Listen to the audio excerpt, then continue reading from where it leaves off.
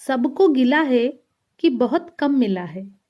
सबको गिला है कि बहुत कम मिला है। जरा सोचिए तो सही, जितना आपको मिला है उतना कितनों को मिला है।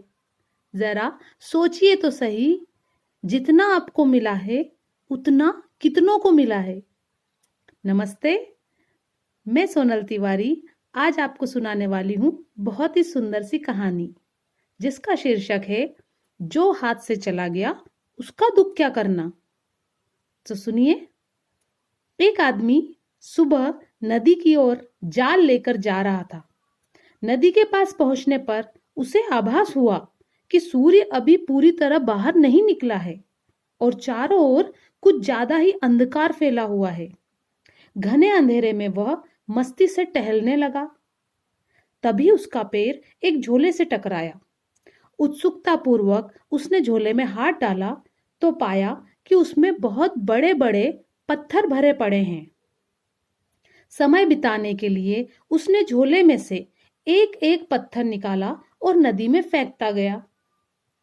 धीरे धीरे उसने झोले के कई पत्थर नदी में फेंक दिए।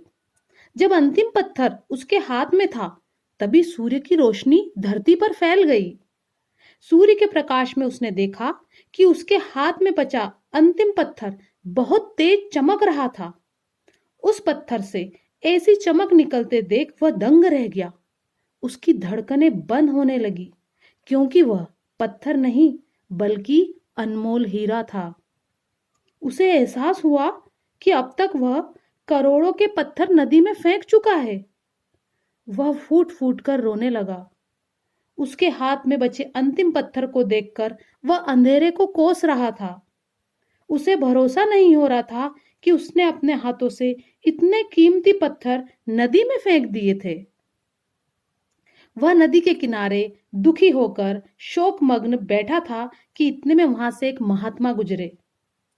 उसका दुख जानकर वे बोले, बेटा रो मत, तुम अब भी सौभाग्यशाली हो। यह तुम्हारा सौभाग्य ही है कि अंतिम पत्थर फेंकने से पहले ही सूर्य की रोशनी आ गई, वरना यह पत्थर भी तुम्हारे हाथों से निकल जाता। यह एक मूल्यवान हीरा भी तुम्हारी जिंदगी संवार सकता है। जो चीज हाथ से निकल गई उसे लेकर रोने के बजाय जो तुम्हारे हाथ में है तुम्हें उसका उत्सव मनाना चाहिए।